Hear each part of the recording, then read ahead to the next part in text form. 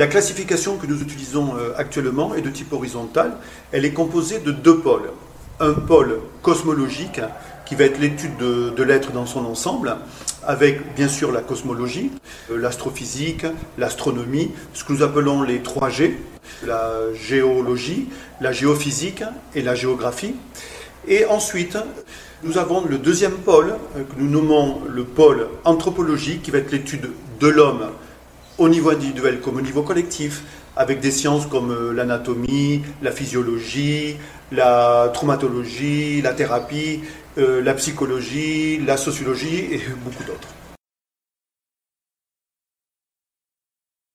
La classification de la philosophie du Nouvel Âge est de type vertical. Elle est anthropocentrique et humaniste. Elle est fondée sur les besoins et les désirs de l'être humain.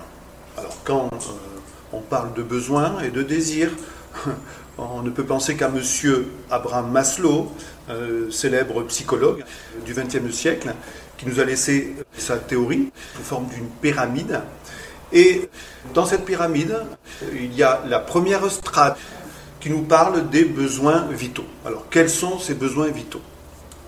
Les besoins vitaux sont le besoin de respirer, le besoin de s'alimenter, en eau ou en aliments solides ou liquides, le besoin d'exécrer, de sexualité, les besoins de maintenir sa température corporelle, d'où le concept de vêtements, de se protéger, d'où le concept d'habitat. Et les sciences qui se rapportent à ces besoins pourraient se répertorier en deux ensembles. Donc le premier serait les sciences qui concernent notre environnement.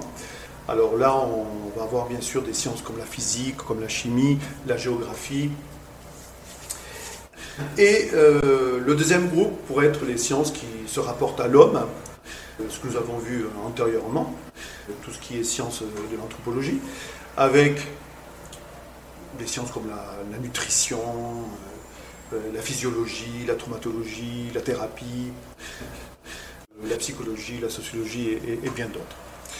La deuxième strate correspond aux besoins de sécurité. Alors là, nous avons des sciences comme les sciences militaires, internes ou externes. Nous avons bien sûr la médecine. Et pour terminer, les trois derniers strates, en haut de la pyramide, sont composés des besoins qui sont les besoins d'appartenance, de reconnaissance et d'accomplissement de soi. Alors là, nous trouvons toutes les sciences que nous n'avons pas encore énumérées et qui correspondent, si vous voulez, aux besoins de chaque individu.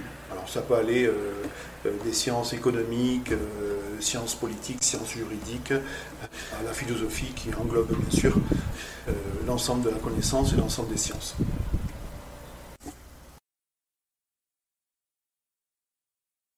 Les bénéfices de la classification de la philosophie du Nouvel Âge sont multiples.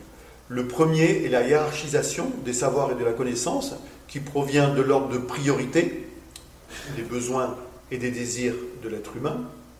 Le deuxième est la conceptualisation d'un tronc commun de connaissances et d'une spécialisation provenant du désir fonctionnel et statutaire de chaque individu. Et enfin, le troisième point essentiel est la mise en valeur de certaines sciences, comme la logique formelle, empirique et analytique, qui est présente dans toutes les disciplines. En effet, c'est quoi une science? C'est de la logique appliquée à un champ particulier de la réalité. Et bien sûr, l'écologie, fondamentale, à cause de l'empreinte chaque fois plus importante et significative de l'être humain dans son environnement. Elle en étudie d'ailleurs les interactions. Ok.